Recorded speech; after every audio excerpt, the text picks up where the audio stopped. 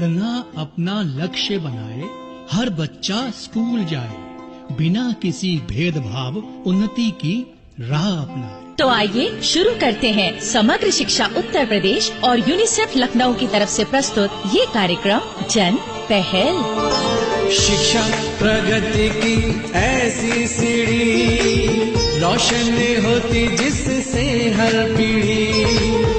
आज माता पिता ने है ठानी, विद्यालय प्रबंध समिति में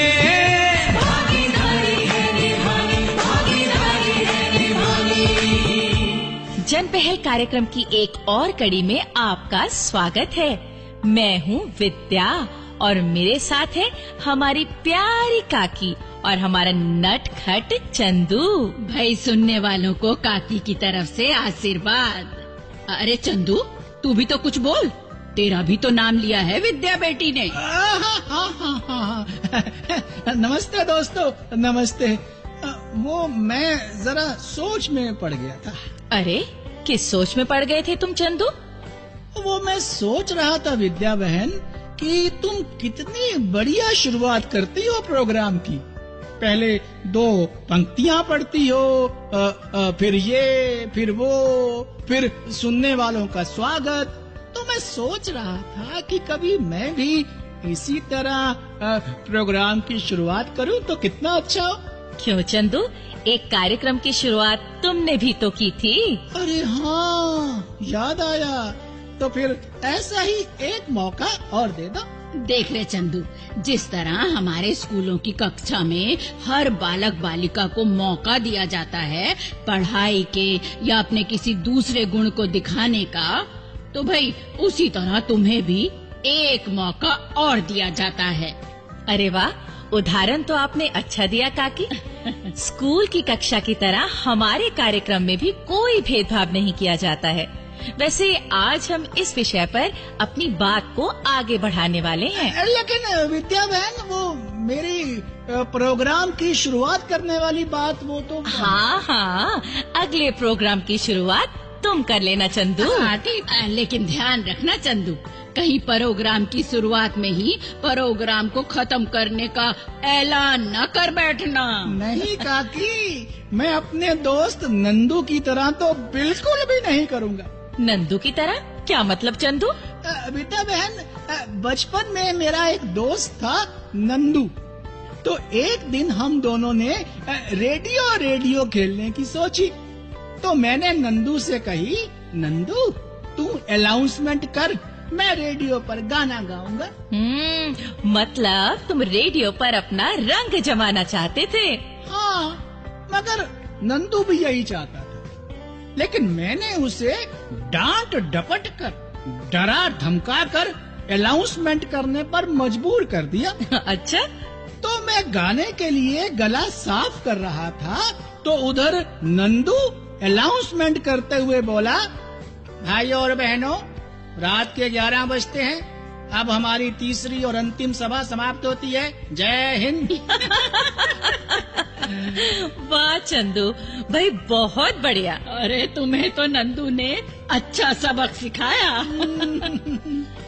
खैर, तो चंदू, पिछले कार्यक्रम में हमने बात की थी कि स्कूल में पढ़ाई के समय या किसी अन्य गतिविधि में किसी बच्चे के साथ कोई भेदभाव नहीं किया जाना चाहिए। और हमने बात की थी कि स्कूल में पढ़ने वाली लड़कियों और विकलांग बच्चों को उनका हर अधिकार और सुविधा दी जानी चाहिए, बिना किसी भेदभाव के।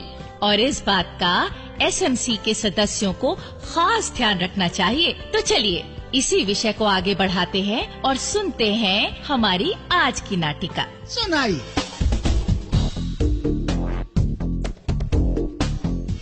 नमस्कार मुख्य अध्यापिका जी। नमस्कार विनोद कुमार जी। कहिए, कैसे हैं आप? जी मैं ठीक हूँ। आपकी कक्षा में बच्चों की पढ़ाई लिखाई का काम कैसा चल रहा है? जी ठीक चल रहा है। अरे हाँ, आपकी माताजी का क्या हाल है? जी पहले से बेहतर हैं। कल ही शहर के डॉक्टर को दिखाने ले गया था। ओह, फिर तो सारा दिन लग गया होगा। जी हाँ, दोपहर बाद ही घर लौट सके हम। अच्छा, तभी आप एसएमसी की मीटिंग में नहीं आए? जी हाँ मैडम, लेकिन क्या मेरा इस मीटिंग में आना जरूरी है?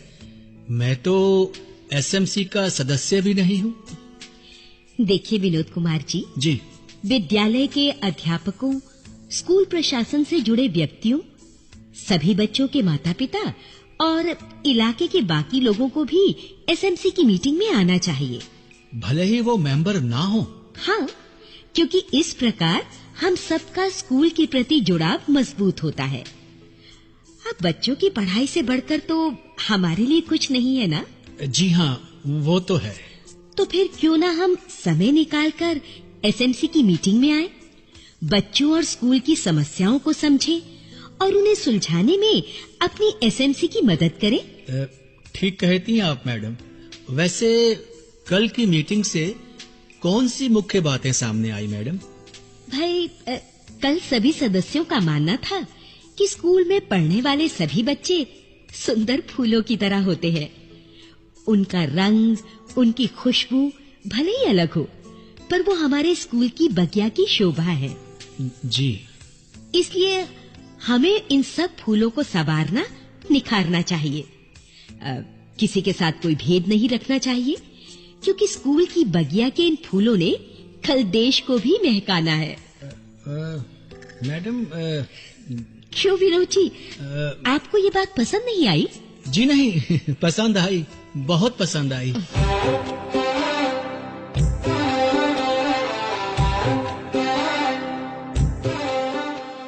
बच्चों देखो, ये कितनी सुंदर कविता है। साजी है धूप, साजी है अपनी छांव, कृष्ण करतार करीम का ये साजा है गांव। सर, मैं इसका मतलब बताऊं? मैं जानता हूँ तुम्हें इसका मतलब समझ आ गया होगा, लेकिन सब बच्चे कल घर से इसका अर्थ लिखकर लाएंगे और फिर कल कविता को आगे बढ़ाएंगे। चलो अब सब बच्चे अपनी कॉपियां चेक करवाएं। दिखाओ सुमेर, पहले तुम अपनी कॉपी दिखाओ। सर, मैं सबसे पहले। भाई तुम सबसे आगे बैठे हो तो तुम ही सबसे पहले अपनी कॉपी दिखाओगे ना।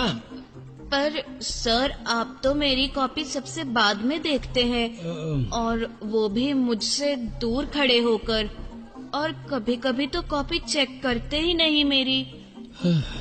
वो मेरी भूल थी सुमेर। तुम सब बच्चे गुलदस्ते के सुंदर फूलों की तरह हो, इसलिए आज से किसी बच्चे के साथ धर्म, जाति या रंग के आधार पर कोई भेदभाव नहीं किया जाएगा। सच मास्टर जी? हाँ सुमेर, तुम कक्षा में मन लगाकर पढ़ना, और कभी कोई पाठ समझ में ना आए तो मेरे घर आकर भी मुझसे समझ सकते हो। सच मास्टर जी?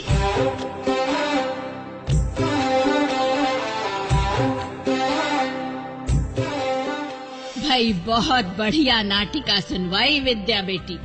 बड़ी मैडम की एक ही बात ने मास्टर विनोद कुमार का मन बदल दिया, और सुमेर से उसका व्यवहार भी बदल गया। हाँ काकी, किसी की एक सच्ची बात दिल को ऐसे छू जाती है कि हमारा विचार और व्यवहार बदल जाता है। हाँ। लेकिन जिस विद्यालय में भेदभाव का कोई ऐसा मामला नजर आए तो उसमें एसएमसी को कोशिश करके बदलाव लाना चाहिए। हाँ, उन्हें देखना चाहिए कि धर्म, जाति, रंग और लड़का लड़की के आधार पर किसी बच्चे से कोई भेदभाव ना हो। जी हाँ, जो बच्चे पढ़ाई में तेज हैं, उन पर भी ध्यान दो, और जो बच्चे पढ़ाई में कमजोर हैं, उन पर ज्यादा ध्यान देकर उनकी समस्याओं को दूर करो। हम इस विषय पर आगे भी बात करेंगे, लेकिन अभी तो सुन लेते हैं ये प्रेरक संदेश। मैं पूर्व माध्यमिक विद्यालय कठवारा, ब्लॉक बख्शी का तालाब, लखनऊ से अनुदेशक उमा मौर्य बोल रही हूँ। हमारे विद्यालय में 144 बच्चे इनरोल्ड हैं, जिसमें कि 90% बच्चे अधिकतर उपस्थित रहते हैं। हमारे विद्यालय में हमारे प्रधानाध्यापक मिस्टर आर के तिवारी जी और 4 सहायक अध्यापक हैं, जिसमें एकता नारायण, पूनम शुक्ला, सुधा मौर्य व अमिता जायसवाल हैं, और हम 3 अनुदेशक कार्यरत हैं। हमारे विद्यालय में समस्त अध्यापक व अनुदेशक सभी एक साथ मिलकर विद्यालय में हो रही समस्त गतिविधियां संचालित करते हैं। हमारे विद्यालय में पीने के पानी की व टॉयलेट की उचित व्यवस्था है, जिसमें बालिकाओं के लिए अलग टॉयलेट की व्यवस्था की गई है। हमारे यहाँ एसएमसी का भी गठन किया गया है, जो कि समय समय पर विद्यालय में उनका सहयोग मिलता रहता है। हमारे विद्यालय में सप्ताह में दूध व फल का समय समय पर वितरण होता है और मध्याह्न भोजन की भी उचित व्यवस्था है तथा साफ सफाई का हमेशा ध्यान रखा जाता है। हमारे विद्यालय में समय समय पर बहुत से कंपटीशन कराए जाते हैं। क्यों चंदू, तुमने तो नाटिका के बाद जैसे मौन व्रत ही रख लिया हो। कैसी बात करती हो विद्या बहन, रेडियो पर कोई मौन व्रत रख सकता है क्या? अरे तू तो कहीं भी मौन व्रत रखे लोगों को चैन ही मिलता है। तो चलो ऐसा ही सही, लेकिन अब तुम भी मेरे साथ साथ रखो ये मौन व्रत और सुनो ये लोकगीत। इस लोकगीत में है छुपा छुपी का एक खेल। रिछोरी कब तक नैन चुरावेगी, तेरे पीछे पड़ो सबरिया। छोरी कब तक नैन चुरावेगी, तेरे पीछे पड़ो सबरिया। ओ पीछे पड़ो सबरिया री, तेरे पीछे पड़ो सबरिया। ओ पीछे पड़ो सबरिया री, तेरे पीछे पड़ो सबरिया। रिछोरी कब तक नैन चुरावेगी, तेरे पीछे पड़ो सबरिया। छोरी कब तक नैन चुरा। अच्छा काकी, तो अब मैं अपना मौन व्रत तोड़ूं क्या?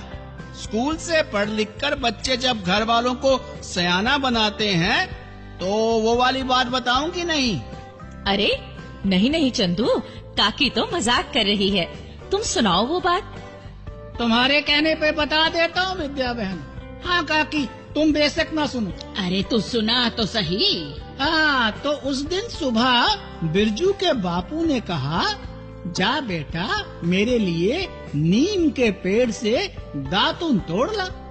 दातुन तो नीम का बहुत ही अच्छा होता है, हमारे सुनने वाले जानते हैं।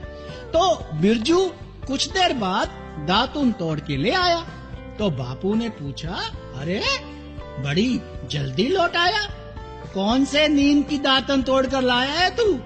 तो बिरजू बोला, अपने दोस्त मंगलू के आंगन में लगे नीम के पेड़ से। इस पर बापू गुस्सा होकर बोले, क्यों बे, उसके आंगन की नीम का दातुन करवाएगा मुझे? जानता है ना वो अनुसूचित जाति के परिवार से है। तो इस पर जानती हो काकी बिरजू ने क्या कहा? क्या कहा? वो बोला, क्यों बापू, क्या मंगलू के आंगन वाला नीम अलग है? क्या उसके घर पर पड़ने वाली धूप, छाया और बारिश अलग है? जब वो सब अलग नहीं है तो मंगलू हमसे कैसे अलग है?